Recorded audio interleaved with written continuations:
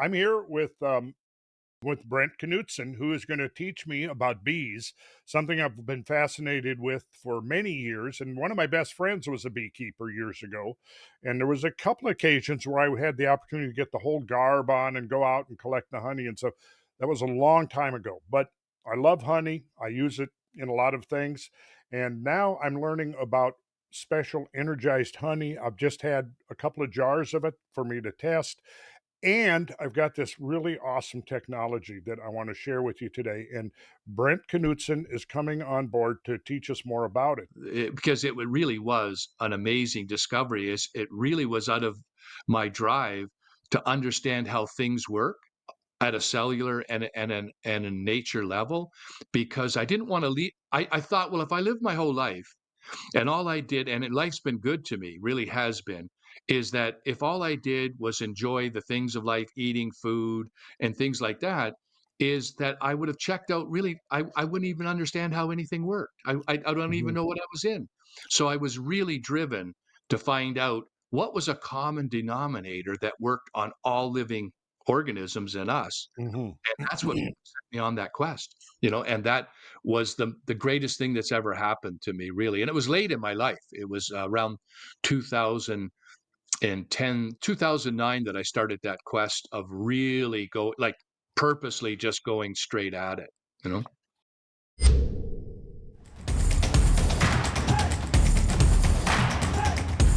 So, since you mentioned your life, why don't you fill us in a little bit on your background and what preceded that 2009, if you want to call it an epiphany or whatever it was. Yeah. Well, So that's where did great. where did you originally come from? What part of the world hosted So your yeah, I entry into this yeah. dimension? S so I'm Canadian, and my background was dealing in high algorithm mathematics for, like, in the 80s and 90s, we're Mhm. moving digital money around. So I was very much involved in the debit and credit early instruments that were moving money around. So Uh-huh. it's all the algorithms in doing that. Mhm. And but I was also in the 90s passionate about sacred geometry. And here's what I noticed. I noticed that the algorithms that I was working with in the banking system, that we started a company, banking system for debit and credit here in Canada called Tangerine Concepts. It's now a fairly elaborate bank here in Canada. It's called Mhm. Tangerine. What happened is that I saw the correlations between what I was doing and sacred geometry, even in those days. And I thought to myself, one day when because I was incredibly busy in the corporate world in those days in the 90s, and then, fortunately for me, and I was very fortunate with what happened out of that banking and company and all what happened, is that in 2009, our public company was bought over with Goldman Sachs and then went into Tangerine Banking here in Canada. And so I was literally, do you remember the financial meltdown of 2008 in that Oh, time frame? absolutely. I mean, it dramatically affected my business at the time. Did it?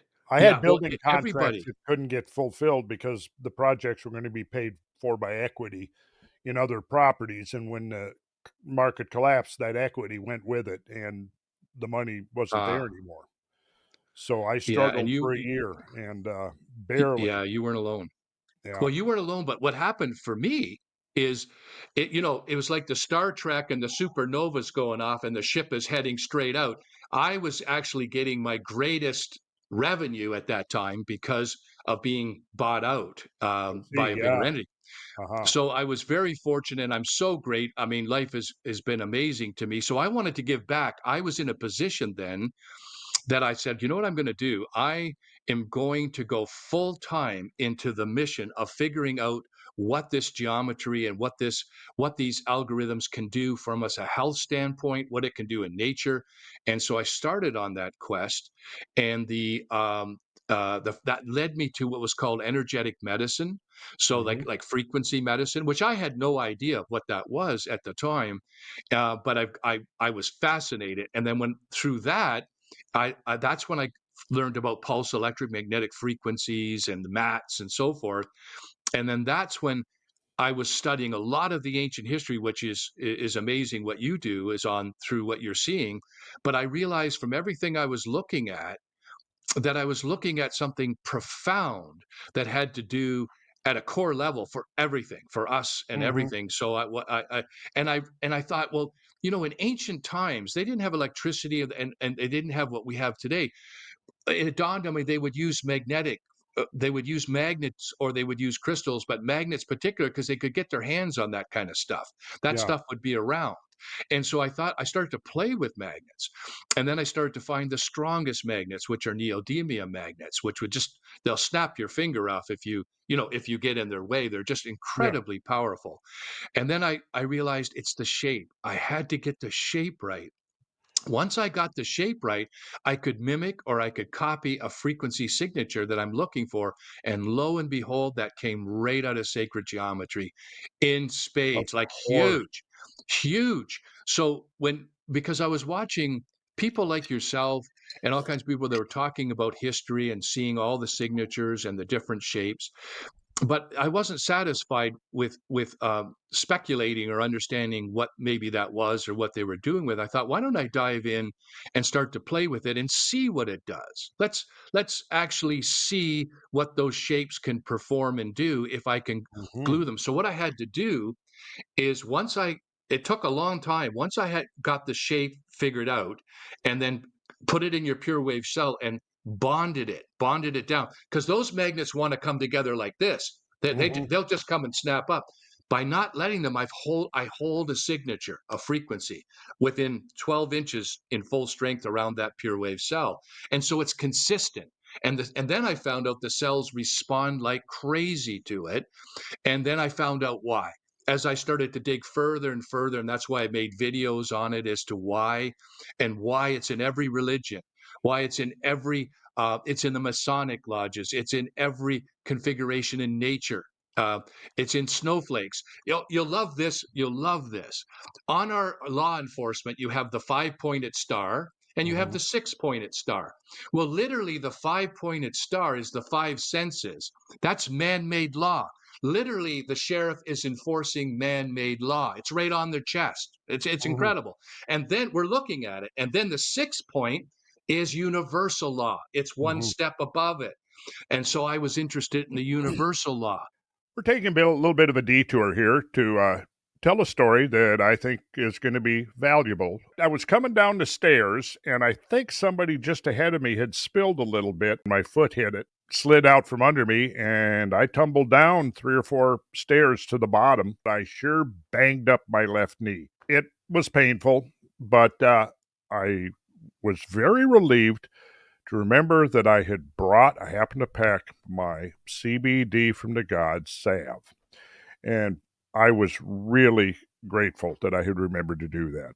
So that night, I put some of the salve on, went to bed. Though being in the construction and building industry, I've had many falls and injuries and stuff. And I figured I'm going to be laid up with this for a month.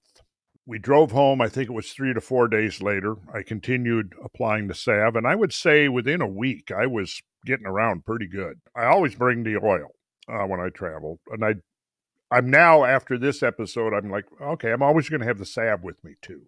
What was the law that 6 point was talking about? And then when you lay that point, the star, or what people would recognize as the Star of David, but it's really called the star tetrahedron, is what the name of it is. Yeah. If you lay that star flat on its 12 points and you go up 3 feet and attached perpendicularly over to the other side and go below, you're actually looking at the atom itself. It's mind blowing. You actually are looking 3D at the atom, which is the building blocks of everything that exists, living and non living. It's everything. So the only difference is what frequency we vibrate at. So then I realized that's it. There it is. It's just a matter of taking the principle of atom structure and quantum physics and then putting it into a magnetic form that the cells would respond to, which is what I was interested in for healing purposes and to see what it actually could do. Huh? So I dropped out for 5 years without doing anything. And all I did was spend whatever it took, because I also realized I had to have an environment. I realized that all of us are bombarded by distraction, incredible distraction, as we all know and we talk about.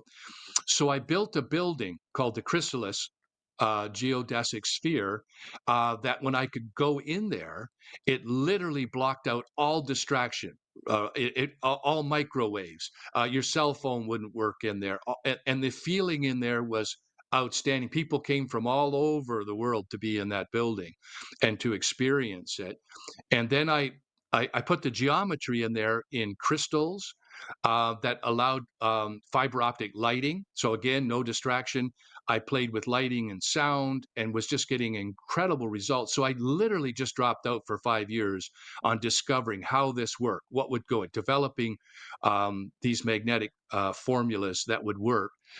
And then around 215 was the first time that I was made aware that we had huge bee loss, like the bee population Yeah. was in real decline. That's when Mhm.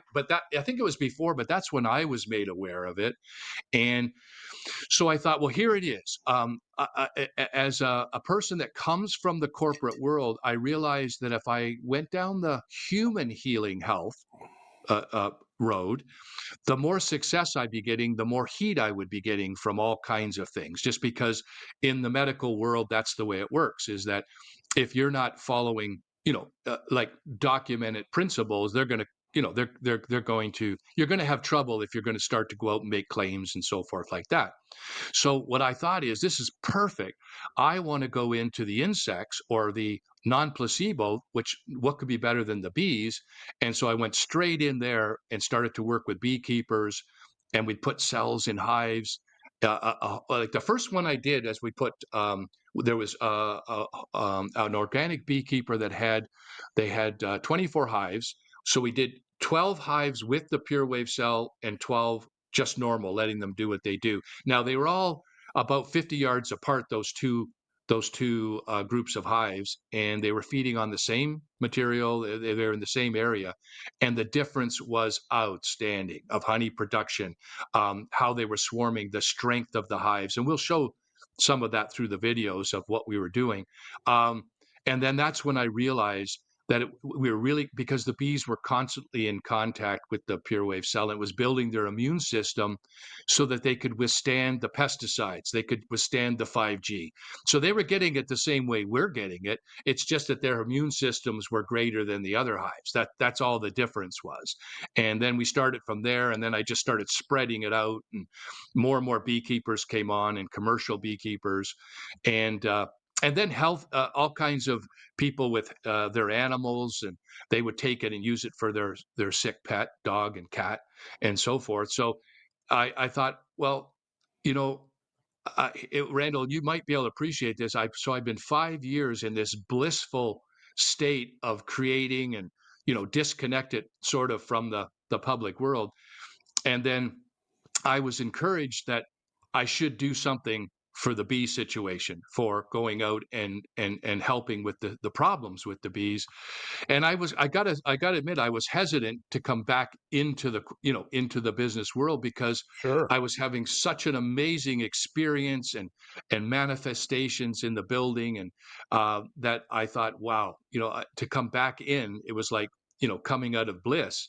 And but I started 4RBs in 2000, just after COVID. I thought Mm. we were hit with COVID, and I thought, what better thing to do during COVID is create, as opposed to anxiety. I'm going to start to put Mhm. it together and create, and so I started for our bees, and it's been phenomenal. And then the honey, the byproduct is that we only take honey that comes out of those hives that have a pure wave cell, and we bring that out, and we keep it raw, and so that it's never heated, and then we cream it, so it's well, as you know, you've seen it, it doesn't run like liquid honey, Mhm. and you Mhm. never have to heat it, it won't crystallize.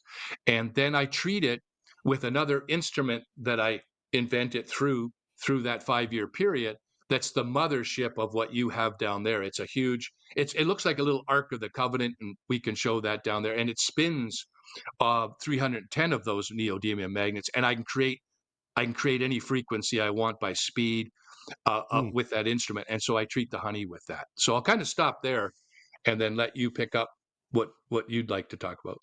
Well, yeah, I mean, I'm finding out much out about this, and one of the things kind of crossing my mind is that I'm with a group of friends and colleagues right now, and we're looking at properties, and I think we've honed in on one. In fact, I think he may make an offer on it today as we're speaking.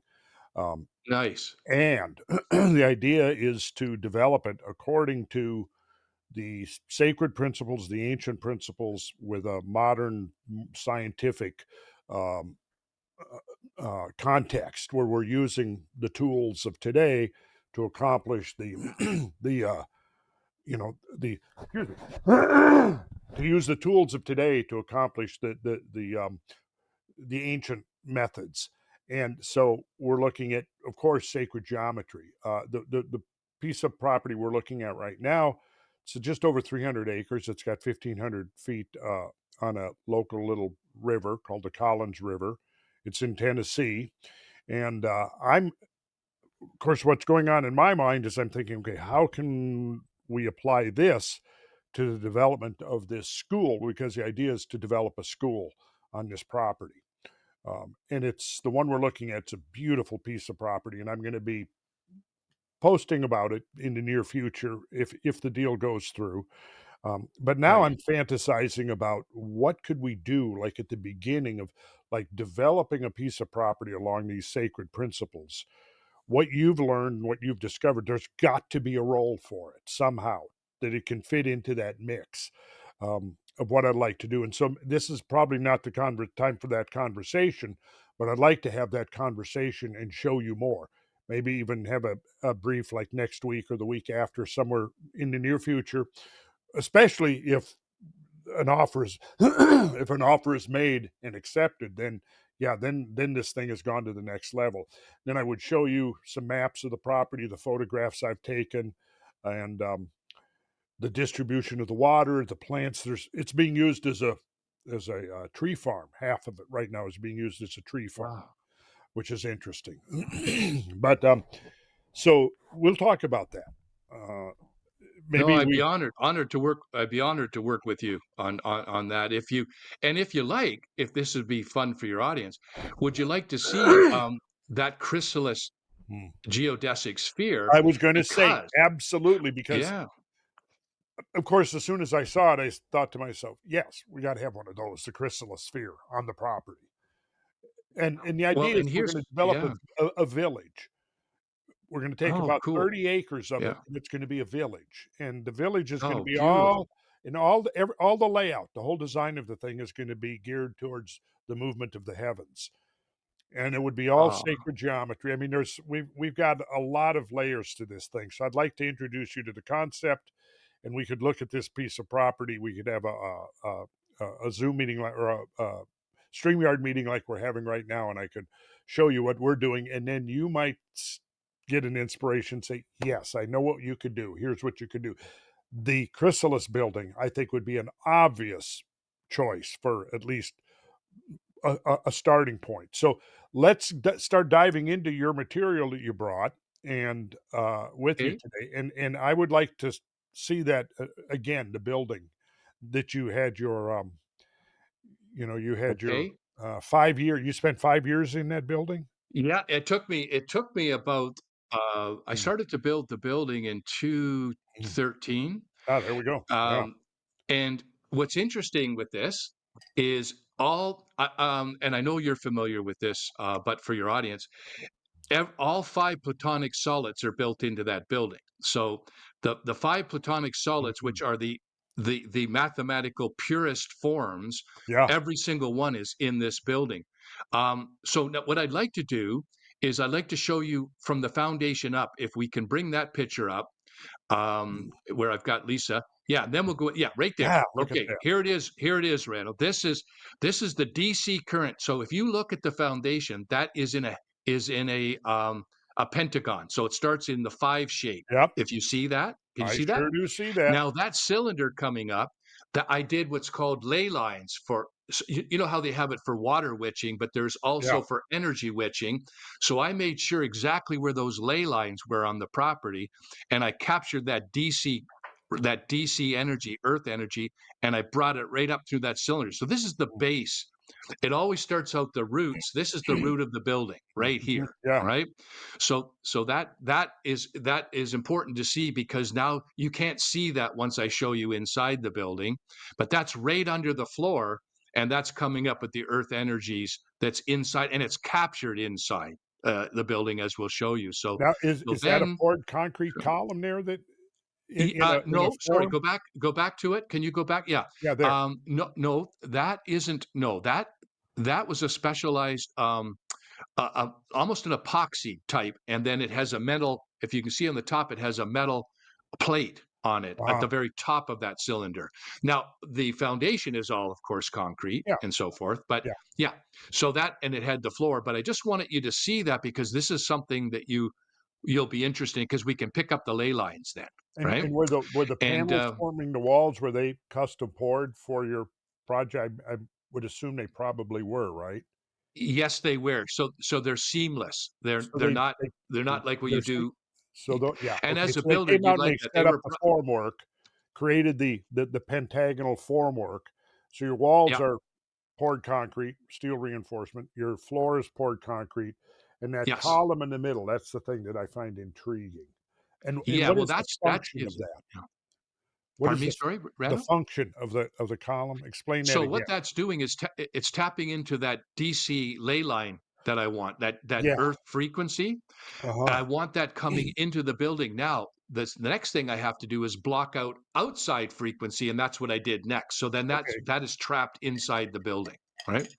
So then if we go to the next picture to show, um, okay, so there's the platonic solids that right. we were talking about. So, and when you actually look at the building, when we go into it, and the outside, you'll see that every one of those shapes is actually in the building. So this, okay, so let's see. Okay, so there, can you see in the outside also you're going to see mimics the inside. So the inside has the same shaping. It looks like it's a wall, but it's not. Mm, So you can see the 6 points, the 5 points. You can see the base mhm. is on the pentagon. Inside I have the octagon, then the square. So all of them are built in that Wow, building. It's a right. It vibrates into those frequencies itself. Right? Now inside, this is important. So that star tetrahedron is 2 inches thick. It's inlaid into the floor. So I that's not see just that. that's not just on surface. And you can see all the points there, Randall, that are lit up, Yeah, right? Can you see that? I do. Those are inverted. Those are inverted pyramids of 2 inch in crystal, so, and we'll do a close up for you. That they go down 2 inches. So if you can if you can picture a pyramid that's 2 inches here Mhm. and invert it, you're Yep, looking at the bottom of the pyramid I pointing see. down, Uh-huh. right? Then what I did is I attach a special that I had to customize to do the fiber optics, and I put the light structures up through them. So can we show a little bit of the crystal? Do we have that? So now, Randall, this is what I was saying to you. So there's that square bottom. So that's the Mhm. Yeah, bottom of the pyramid. And yeah, and I have them. What's interesting is I have it on the 12 points of the star tetrahedron, but this is in the center, which is the 13th, right? This is the yeah, 13th. the 13th. So this is where you get into things like 12, the 12 disciples, and then Christ was the 13th. So all of this stuff connects. Mhm, But I could then drive fiber optic light through there and create whatever signatures I wanted to in the building. And it was fantastic for serotonin, melatonin, for people that had sleeping disorder, things like that. And of course, inside the building, which we can bring up, shows where the star tetrahedron is, and it gives a really good insight into the wall on the inside, which you can see. It looks, when you first look at it, just as a flat wall, but it's actually indented into that geometry. mhm. And inside, the sound was so unique that people with ear disorders, or they would have a hearing aid, they could actually take them out. So if I would talk to you over here, my voice would come in over here because the geometry would switch it around, right? So um, it was the coolest thing, and I could go in there by myself with what I call a really strong intention. So attention to intention. So people say, "Well, geez, Brent, what are you doing there?" Like they figure entertainment or something. And I said, "Well, what is it you're thinking that you want to do in there?" And most people don't have a very specific intention. So when I would go in there looking for these magnet cuts or whatever, and I'd go in there and I'd really focus on it with no distraction in the building, I'd get a big shiver up my back like that, and it was like a phone call went out, and I would get exactly what I was looking for within days. You know, either a phone call, Mhm. someone would show up, and it was it was true manifestation, which is I didn't expect that, but it was because it was so in the laws of non just being distracted. So that's the building, and that's where I did all the testing, and we can bring up different parts of that as we're looking at it. The outer skin that you saw is all in green. That has an elastomeric rubber to it. So there's no shingle or metalling.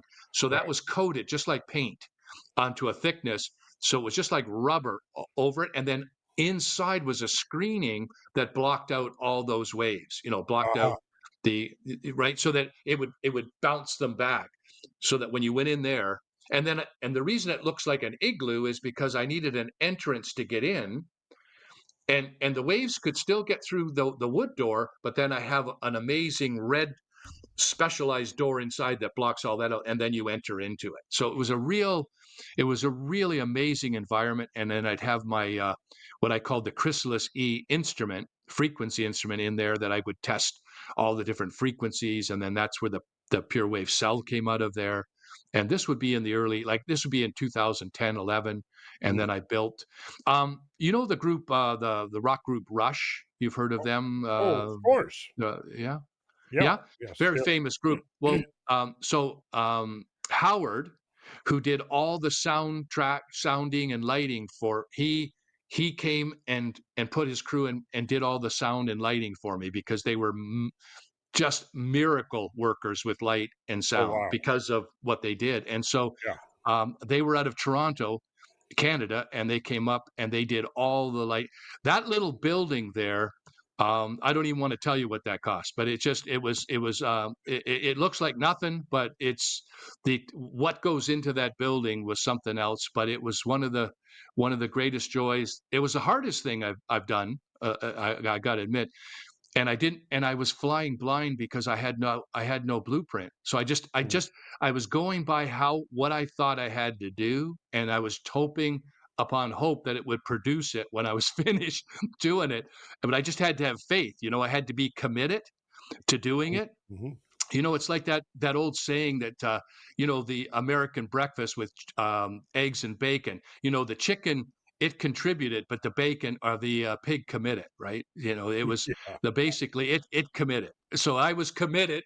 So live or die, I'm into this. So but you know, life has a way of turning out, and then now we've turned all of that research into where we're doing it for the bees. But of course, what happened is thousands of people have the pure wave cell, and now we're being contacted for birds, and now you know pets, and but the bees is our focus because when people purchase the honey or purchase the pure wave cell, the money goes directly back into giving the cells to the beekeepers at no charge. So we don't we have that's all at gratis to them, because in order to save the bees, I discovered that you have to save the beekeepers. They're 96% of all bees are controlled by them. Uh-huh. So um, the small beekeepers. So we have hundreds of beekeepers. Soon to be next year, we're going on a campaign to have 100,000 beekeepers and millions of hives. We're in Africa now. We're in Norway. We are all through the states. We're in you know, in Canada, of course, and we're looking to really make a change on the ecology based on what those bees are doing. And so I'll kind of leave it there. But that's where all this came out of, was really sacred geometry. And you know what? This is what's so amazing. Do you know that our cells are like little batteries, right? Mhm. And that if you are under 26% on an energetic level in your cells, that's when they will go into cancer forming and so forth, right? Just Mhm. so, for example, if you and I were exposed to radiation right now, you wouldn't feel a thing. But later on, 2 weeks from now, we start going, well, this is the opposite. When you're exposed to the right frequency, it builds the cell up. And how we know this is the only cancer that doesn't exist, and even when they say it isn't, is heart cancer. When's the last time you heard of heart cancer? That's your highest electrical field. That's why. That's Uh-huh. why it's, yeah. And that's that. So that's what led me to, well, wait a minute. What about if you can expose your cells to they're always charged up over that 35, 40, 45%, along with oxygen and environment, right? But all of a sudden, that's why you're cancer free, only because of that. That's cancer isn't something to cure. It's to stay. It's like when you have a cold. They said we're going to cure your cold. Well, no, that's not what's going to happen. What's going to happen is if you have a high immune system, you aren't getting those colds or things that other people are getting. So what we want to do is in the preventative, and then that's where the building came in about when you have 10 billion cells dying a day. The new ones coming in, they only know what environment they're in now. They only know where they are now. So the more that you're in this better environment or clean environment, the healthier you're going to become. Because if it's 10 billion cells a day, how many is that in a month? How many is that in a year? Yeah. So that's how we get ourselves back. So that's what led me down the path of this is a blueprint. So when you saw that cell, Randall, you, me, everybody listening, and every animal, we all start out do you know that a reptile cell looks exactly the same as our cell? And the first thing it does is divide exactly the same, and then it goes into its DNA. So that's the blueprint. We all come from that. We all Mhm. come from that geometric form. Well, no wonder in history and in human beings and in religion, it's everywhere. You're seeing it everywhere. You see it in corporate symbols. You see it the Walmart corporate symbol is 6 points, Mhm. right? It's everywhere. It's one of those things that you're seeing. Right above its highest chair where they sit is the star tetrahedron, right? So it's which has nothing to do with the Star of David because it's not connected. It comes from Mesopotamia. It comes from Syria that went then Mhm. through Egypt that went through Rome, and so there we go. And can we enlarge that a bit for Randall? Oh, Yeah, look there at you that. go. What a beautiful S lodge. Now, where's this lodge? In Philadelphia. This is the Philadelphia Lodge. Yes, I've heard Yeah, about this. look at this. Look at Oh, this, Randall. Look at this. One more. Yeah, yeah. oh This is my. all from the Masonic Lodge, right? And this now, again, I have nothing to do with Masonics or Templars, but they have their look at this one as well. And then there's one here with the flower of life that's over both chairs here.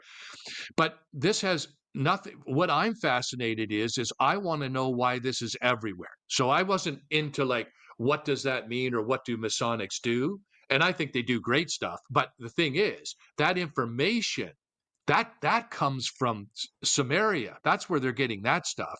And they picked it up when the Templars, as you know, the Templars went through and did their quests and brought it back. But this is the stuff they brought back with them. But they brought that back from Egypt and so forth. Yeah. But but without getting into that, and I don't profess to be any kind of an expert in any of that. I was just a guy that wanted to know why that was everywhere. I asked the question, what does that mean? And more importantly, how can I use it? So as opposed to going on shows and saying, "Hey, I think it means this or I mean that," I wasn't satisfied. I want to grab that. I want to magnetize. I want to hold it, and I want to see what it does for us. And that's what blew my mind, and that's what I was so fortunate to see that it did not let me down. It was like Mhm. is like the when you follow that blueprint, amazing. You now are connected in the way nature works. I mean, at a cellular level, and Mhm. not just us, but every animal, every plant. It's super exciting for all of us to know that that's there for us, and it's just how we want to use it. It's what do we want to do with it? What change can we make out in the world? We're so bombarded with negative. Okay, there's that going on. This is hurting us. That's hurting us. Mhm. If we get to the core of it, we start to reverse that. We start to change things. So that's what excited me. because of my nature, I wasn't satisfied just to know things or just to understand things. I want to see what they actually do. What can they do?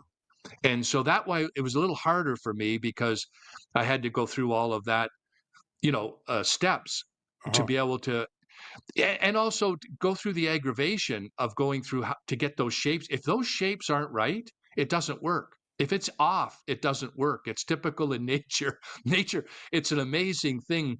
But as a builder, you can appreciate this. If you're off, the building isn't right. So Yeah. it's like that in nature. And what happens is, if the building, I always think of I use a house as a metaphor all the time, and I mostly built houses, built some other buildings, Yeah, but so using the house, the idea is that when you're building a house, there's just literally hundreds of steps. And if early on in that process you get just slightly off, it's not noticeable at that level of the creative process, but then it amplifies, it multiplies itself with each subsequent step so that by the time you're getting up to the roof, nothing fits anymore, right?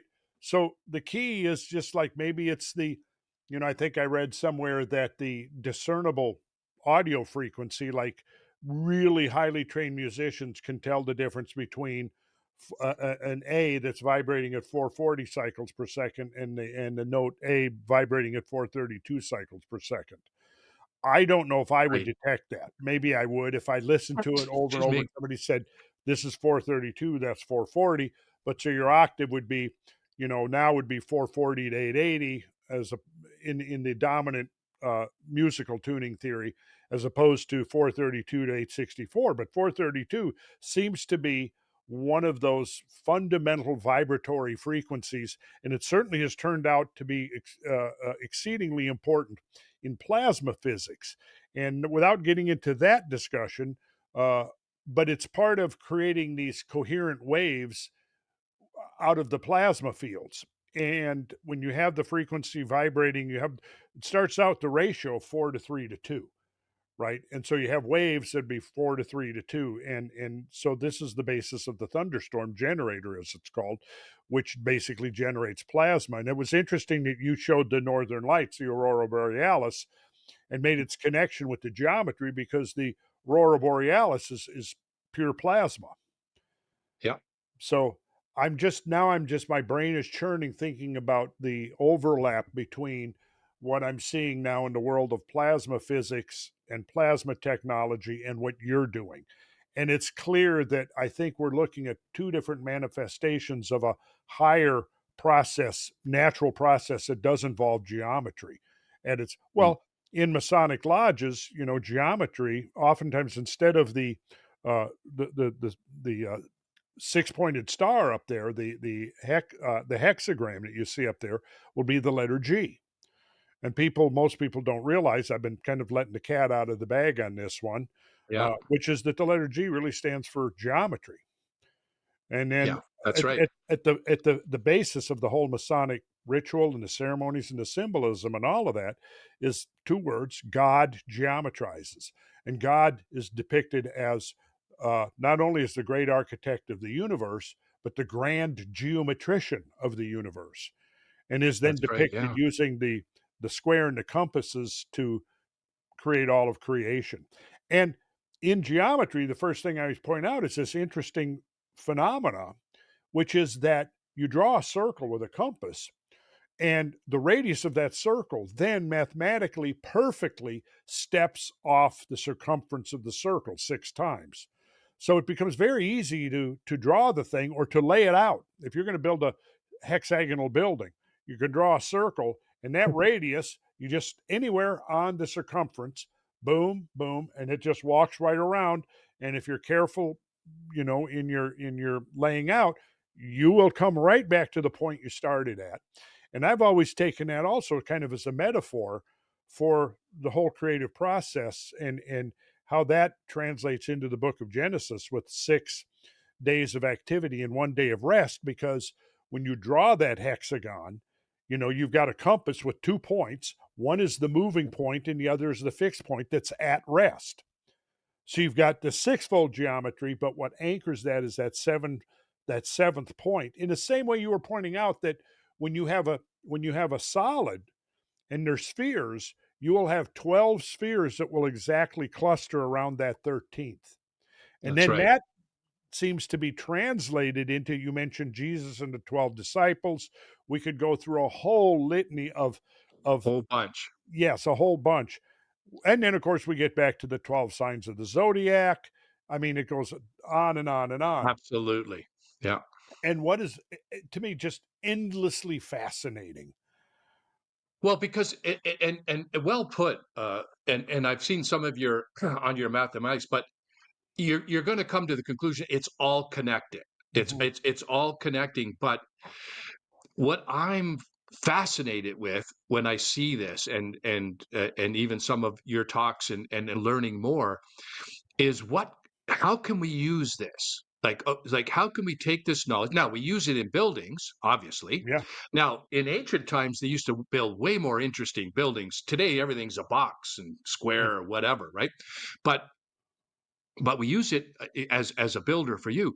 But I wanted to know, as a core cellular, or what can I do for animals or on the body, or what can we do to improve situations that we have. So that kind of, as a mission for me, because I'm hitting 70 now, right? So I'm on the TikTok, I'm on, that part where it's time to give back, right? It's time yeah, to, whatever you got, whatever and whatever you need to spend, it's give it back into, what you can do out there, to create and help some of the problems we have. And that excited me, and it gave me purpose. At this stage it gives me a great deal of purpose to go out and make a difference, or change something it's off in nature. So that's what's driving me, exciting. But it's, as you say, it's endless learning. It's endless taking that this connection, or what you're about to teach me in the future, that I can maybe put a connection to something else over here, and then what does that do? sure. That's kind of what excites me. Well, can we look at your method of energizing the honey? I found that really Y- fascinating, and the device yes. you've put together. Can we look at that? Yeah. Yeah. And then we can do the pure wave cell too. Yeah. Let's Let's do it. do both. Yeah, Let's do the honey. Yeah. Let's do the honey, let's do the honey. because that shows the chrysalis E, that that is really the mothership. This, if anything, when you think of the Ark of the Covenant, that's Mhm. what this thing looks like. And I swear to God, the Ark of the Covenant had something to do with this kind of stuff. Really did. Well, that was actually that came to my mind the first time you showed this to me. Yeah, but it's just because, honestly, that instrument you're about to see, it can go at any frequency I want, and it projects out, you know, 50 feet. So Uh-huh. and you can carry it around. So we'll see where if we can bring. There we go. If you are a honey connoisseur, you'll want to experience PureWave Energized Honey. It comes from the open pastures of the Grey Highlands, located in southern Ontario, Canada. The unique blend of nectar from wildflowers are a favorite for honeybees that pollinate open fields, farms, and forests within the Greater Golden Horseshoe Greenbelt. These bees produce one of the finest honeycombs in the world and are now under great stress. Pesticides are weakening the bee's immune system. It contributes to the growth of deadly pathogens. But there's a solution to that problem. This PureWave cell. It generates a quantum force field of spiral magnetic energy. It has been scientifically proven to deactivate pathogens.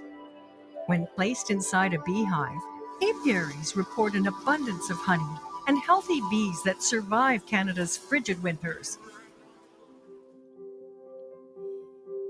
The honey that comes from PureWave hives is raw, creamed, unpasteurized, and then energized using a special patented quantum technology.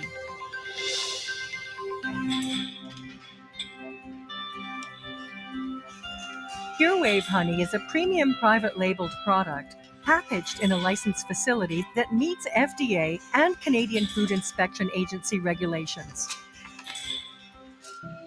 It is then shipped to warehouses in Canada and the USA for further processing using the chrysalis energizer. The honey is bathed in the special frequencies originating from rotating neodymium magnets. The chrysalis energizer is manufactured here near Toronto, Canada. This is where the secret ingredient of a unique patented quantum technology was developed and brought to reality.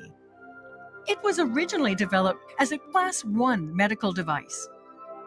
What we're really dealing with here is magnetism into a geometric form and then putting motion to it. So what we have in the instrument is a very specifically cut neodymium magnets, very powerful, set into a sacred geometry shape, 12 of them inside. Then we put this into a situation into 3D. But then we place it where there's 5 of these placed in sequence in here. Magnetic viewing film displays the pattern of the magnets that pulse the magnetic field as it rotates inside the 3 cylinders. The field intensity increases proportionally with the frequency that is selected. Years of research went into testing the device to determine the ideal frequencies and duration of exposure to fully saturate the honey. A magnetic probe attached to an oscilloscope shows the dominant frequency and the unique shape of the quantum wave. Electrography can be used to visualize the effect of the rotating magnetic field. A vial of honey is placed on the energizer. The corona discharge shows the amount of electrical conductivity of the raw honey. After energization, the entire content of the vial has become more conductive to electron flow. The electrographic image of the honey is used on the logo. We wanted to then draw from what we've configured into the instrument and put it into a standalone unit. And this is what we use to go in the beehives. A Purewave cell will emit a corresponding frequency and magnetic field if you rotate it. If you move the cell over your body, it will absorb your bioelectric field. The meter shows over 2,000 volts per meter emanating from inside the cell. Both the Purewave cell and the honey are sold directly to the consumer online. And you will find their products in stores that feature apiary products too. They are manufactured by 4R Bees, a company that provides a solution to beekeepers that want to maintain healthy, disease-free hives. Connoisseurs all over the world appreciate their energized nectar from nature.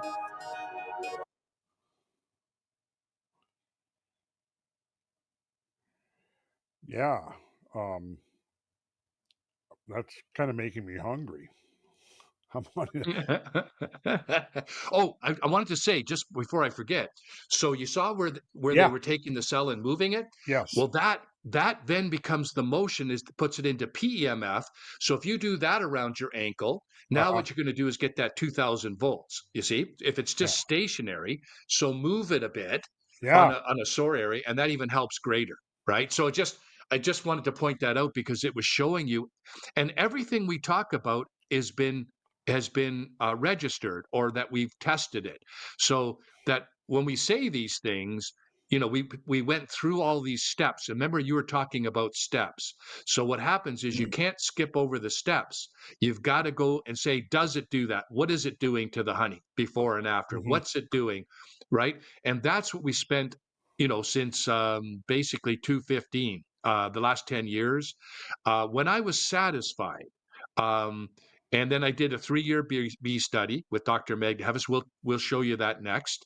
Then I was satisfied that I could start 4RBs and go out to the world. You know, you've got to do the roots first. You can't be assuming these things. So that is showing you, which is difficult because we're talking about different things here that people are not normally not introduced to.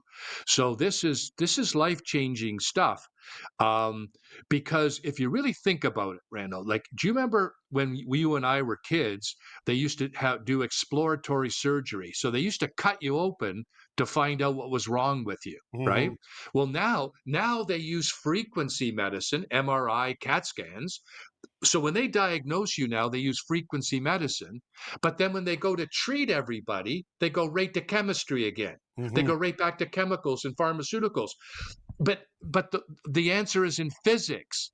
It's not in chemistry, it's not in chemicals, it's in physics. The body responds to physics. It doesn't respond to chemistry, because the thing is different chemicals or whatever, how does the body know what that is or what's it doing? That's why it stores stuff and things. So if you can get it at cellular level, because when you eat food, what is it? It's just a frequency. So there's better frequency food and then there's terrible frequency food. So when we start to just get down to, let's just get down to it and get the frequency, identify it, the body goes, there we go. That's what we're looking for. That's what's going to help us, right? Or that's what's going to help this.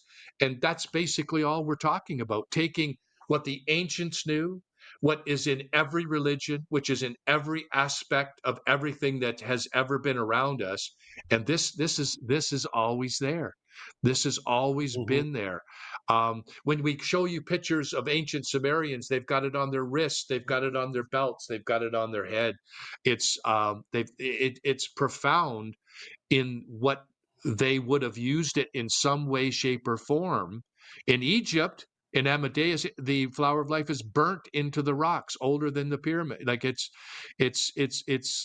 phenomenal, and we all know it's there, Mm-hmm. but we didn't know what it could do for us. Not even what it means. I know what it means now because it's the blueprint. Whether it be flowers, whether it be snowflakes. If you look at a snowflake or whatever Mm-hmm. you look at, it's all there. Go look on your ambulances. What's on the ambulance? It's got the 6-point crosses on the ambulances. It's on law enforcement. It's in every aspect of our life. And so we might as well start to use this for our own benefits, to understand, hey, let's start to, but magnets certainly help me, because magnets are like glue. They're a bonder. There's Mm-hmm. something that you can then take sporadic frequencies and then lock them in, right, on a quantum level. So that's what that's the simple, my background is not science, it's mathematics, of course, which John, but I wasn't, and I'm not a builder, but I sort of I was on a mission to go figure this out, and I just, step by step went through it, and I realized that if, like a recipe, if I can capture these frequencies and I can lock them in per recipe, I'm going to get the results. It's just like when you follow a building code or a blueprint, you're going to get that result, of what you're building. It's the same with this. If you follow what it is, you're going to get the result. So it just took me a long time to see it, to figure it out. Mm-hmm. And I've noticed, in studies of building and architecture, there's a ratio that you find recurring over and over again. It's square root of 3 to 1. And we Yeah. find that ratio in the ground plan of Stonehenge. We find it, in Glastonbury Abbey. We find it in Egyptian temples. We find it in we find it in uh, the footprint of some of the monumental earthwork structures in North America.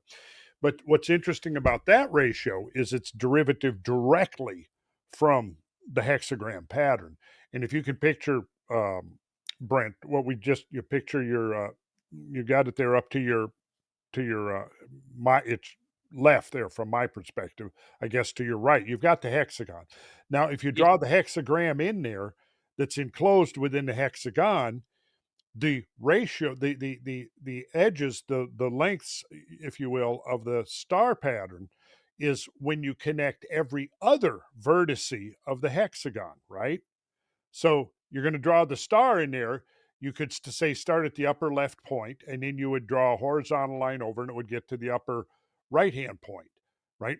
Well, that Right. ratio of the lengths of the star points to the side of the enclosing hexagon is the square root of 3. And so you now picture this. If you connect, let's say we go around the perimeter of the hexagon and we mark 1, 2, 3, 4, 5, 6 going clockwise, with 12 o'clock being 1. So if you connect, now go down to 1, 2, and connect that horizontally across to the other side, then go down to 3 and connect that across. Now you've created a root 3 rectangle right there. And that root 3 rectangle we find over and over again in ancient architecture. So I was noting that. And then, of course, you can construct 3 of those very same root 3 rectangles, and then they're hiding inside the star tetrahedron pattern. They're there. They're already there once you define that star tetrahedron pattern. The other thing I noticed was, the hexagon is so fundamental. It's like the first step of geometry, drawing a circle and then walking that compass around the circle, and boom, you've got it right there. Just, you couldn't get simpler, right? But now you get to the fivefold division. That is a couple of degrees more complicated to get to a pentagon, right? And so, to me, if you're looking at the process of geometric unfolding or geometric development, that kind of becomes a metaphor for creation, because the fundamental ratios and frequencies of the universe are found in that pattern right there, the star of life pattern, in that root 3 relationship redundantly. But then you have to go through a series of geometric steps from that in order to get the pentagon, the fivefold geometry. So the fivefold geometry is more complex. It's several degrees of complexity removed from the hexagon. Because why? Because you have to start with the most fundamental geometry, and then from there you can evolve out of that the more complicated geometries that life is now using within, I think you related the hexagon to the cosmic. How did you put it? Yes, yeah, it's the sixth. It's universal law. Universal law, right? That's how. That was a very interesting metaphor that you used. So you've got the universal law, which is the sixfold, and then you've got the human law, which is the fivefold. And you pointed out, the fivefold symmetry of the human body. 5 senses, 5 appendages. And of course, our anatomy is built upon the golden ratio, which is derivative from the square root of 5 directly. Yes, correct. So we've got these interesting geometric connections there. It's almost as if the sixfold geometry provides the matrix, which is the first stage of the creative working. And out of there, through a more complicated system of geometric operations, you then get the fivefold geometry, which is now the geometry of life. And the DNA, a cross-section of a DNA molecule reveals that fivefold geometry. So this is just fascinating stuff. Now you've got one more thing that you wanted to show us, I think. Yeah, let's take a look at the Purewave cell in the beehives and what we're doing, and what it does with food. This is really cool too. You'll like this. Yeah. Okay. Yeah, because I like food. Yeah, and when you get those pathogens coming from the grocery store, it eliminates them. It neutralizes them just by exposure. Welcome to the world of inventions for energy medicine. I'm Bea Broda. According to the Canadian Association of Professional Apiculturists, Canada lost almost 50% of their bee population in 2022. Researchers at the University of Waterloo feel insecticides are compromising the bees' immune system. Dr. Magda Havis, Professor Emerita at Trent University School of the Environment, believes magnetic fields also play an important role in the health and wellness of the honeybee population. We did some research at Trent University where we were studying the effects of radiofrequency radiation on the bees. We had some beehives at a farm and exposed them to current household items that we have that emit wireless radiation.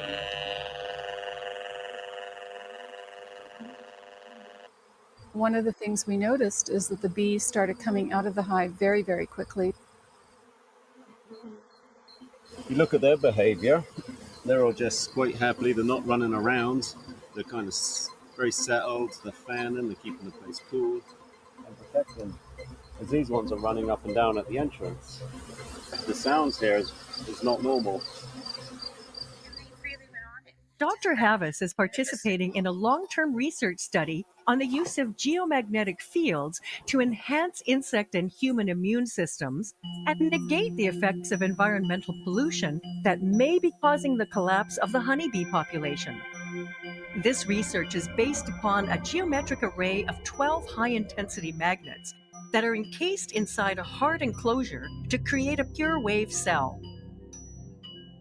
The opposing polarities of the magnets create a spiral vortex that emanate outwards in all directions.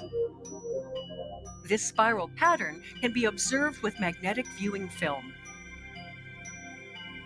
Liquid ferrofluid placed in a dish on top of the pure wave cell shows the invisible, evenly spaced magnetic lines rising upwards.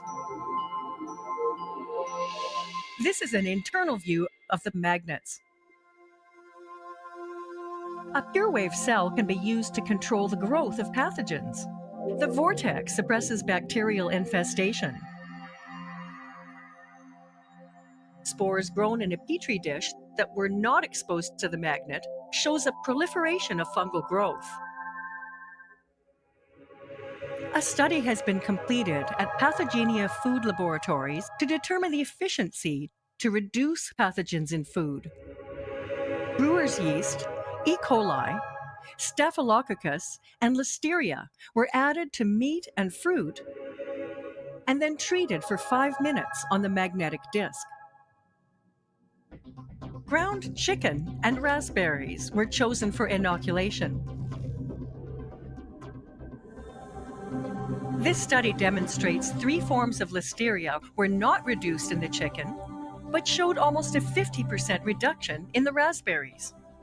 Surprisingly, one form of brewer's yeast grew 50% faster in the meat, while another was reduced a similar amount in the fruit. The various forms of E. coli were eliminated in the raspberries. And all forms of Staphylococcus have been significantly reduced. When you immerse food inside a PureWave, there are many examples of how it can prolong the shelf life. Here, cauliflower remains fresh after several days, while unexposed control samples show signs of food spoilage. Research on honey is carried out here. The first year we had 10 magnets and we were quite happy with it. Last fall we ended up with 30 magnets in the 1B yard. In this yard here, there's about 30 hives. This yard did not get the discs. And when I came in to unpack the hives, half the yard was dead. And the half that survived, there were barely any bees and they were not looking good at all. And now in this yard, we wintered 30 hives in here. All 30 got the magnetic disc. When I unpacked it, all 30 were alive and overflowing with bees to the point where I had to split almost every hive in this yard. But it's swarming because they've run out of room. Like, it's just a super strong hive. Dr. Havas feels that the magnets are improving the immune system of the honeybee as they move through the PureWave magnetic field while foraging for nectar in the farms and forest. Many beekeepers have great success with the magnets, not only having a healthy hive, but they have found an increase in the yield of honey. Education plays an important role with the company that produces the magnets. They organize workshops called 4R Bees to teach a new generation of potential beekeepers how to plant wildflower seeds in open pastures to help support the health and wellness of our insect pollinators.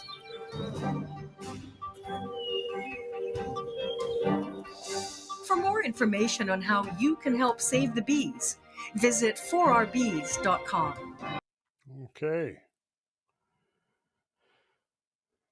So, And you can see, yeah, you can see there that it's more too about feeding the bees like food sources. So we do a lot of seeding and then we build up queens. So it's a broader scale, but we provide that because the public has been so wonderful for us to support with our products that we then put that rate out into the beekeepers. And we're looking at next year major campaigns like worldwide. So it just we had to do steps, and I wanted to complete that bee study, which just got completed last fall, and now I'm ready to take this to the world. And I have such interest to do that. But it really is, and I want to thank all the people and to people that are listening and the public, the support they've given us. We are so much in gratitude, because that goes out to the beekeepers, and boy, are people interested in it. And even little kids. I remember when we were teaching.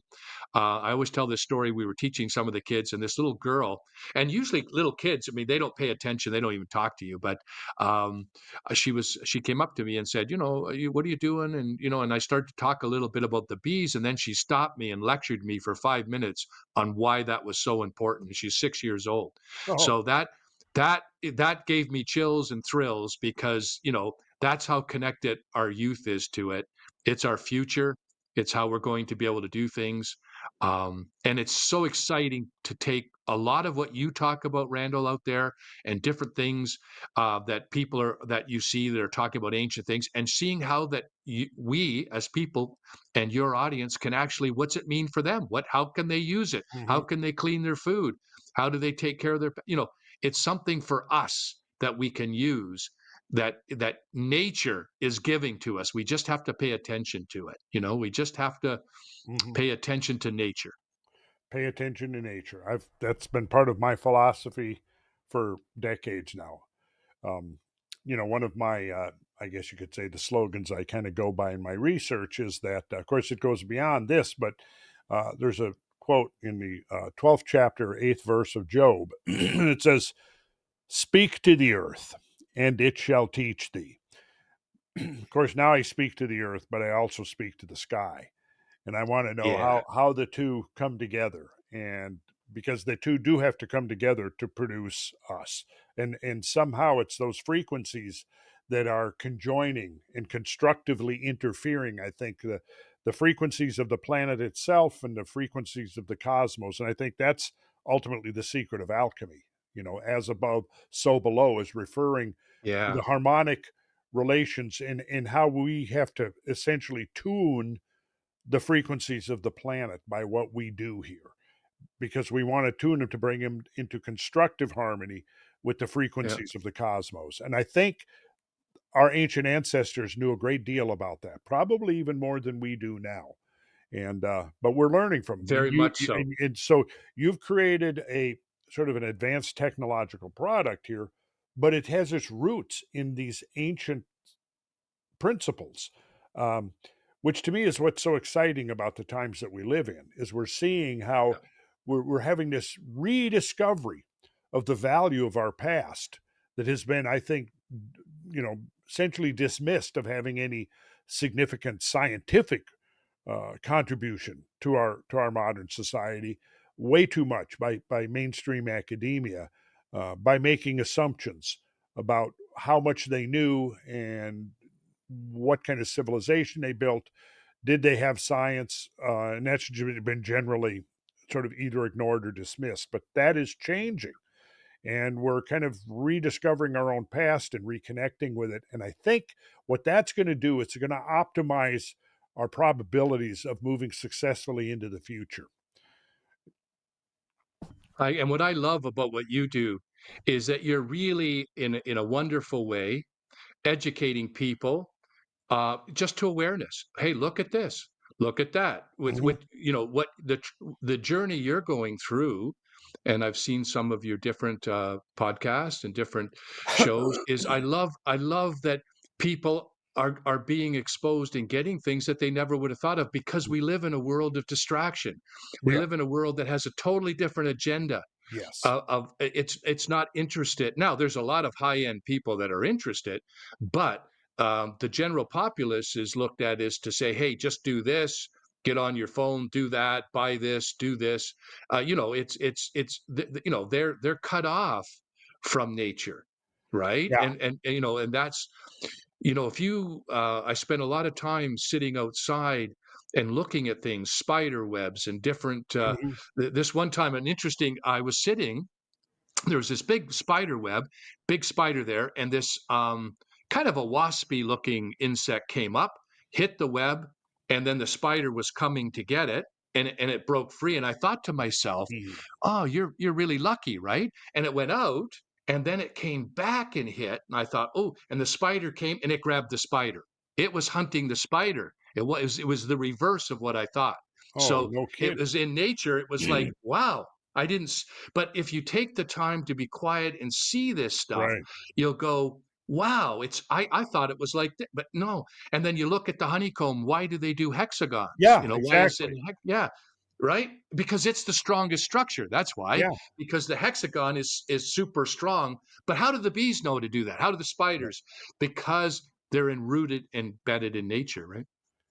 Yeah, and the hexagonal tiling pattern is the cross section of the hive. And Yeah. structurally, that's very very conducive to building a solid building. And like you just Yes. said, and as far as the ratio of materials used to the volume of space that's enclosed, it's also highly Yes. efficient as well. And so the bees knew that as also. They knew apparently the structural properties of the hexagon and the three-dimensional properties of the hexagon from the standpoint of being able to control or to being able to create the maximum volume of space enclosed with the minimum amount of material. So, Yes. yeah, Yes. very interesting stuff. Well, Brent, this has been really interesting, and I feel like I've learned some good things here. This is kind of my second time through with this. So, each time I go through, I'm a firm believer in reiteration in the part of the learning process.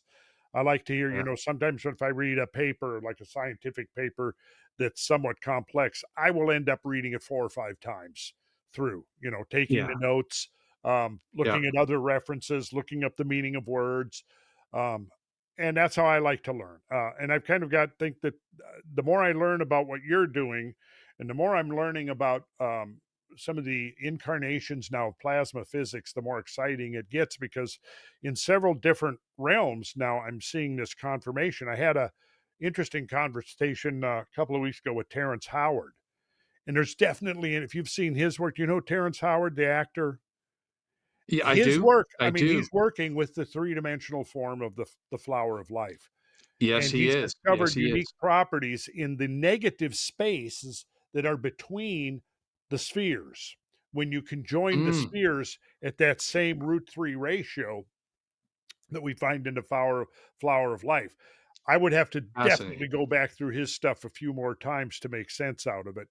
Um, Yeah. but that's what I like to do. It's fun to me learning anything new like this, especially when you can see how it becomes part of a larger pattern. Well, this has been a pleasure, Brent, and eye opening for me. And I think we'll probably be doing it again in the not too distant future. Because as you move That'd be forward, great. things are happening in your front, things are happening in my front. Once I've learned more, I'm starting to get a better sense of the interconnectedness, we could have a conversation about that. I think we should. That'd be great. And I have a feeling you've I would got a love lot that. more stuff you could dive into. Am I right? Yes. Yeah. I Like whole other shows, but we'll pick and choose you and I when the time is right. Sounds like a great plan. All right. Well, thanks again, Brent. And we will be signing off and looking forward to getting my next shipment of frequency honey. Okay. Oh yeah. Yeah. And we'll see Okay. you soon. All Okay. right. Sounds good.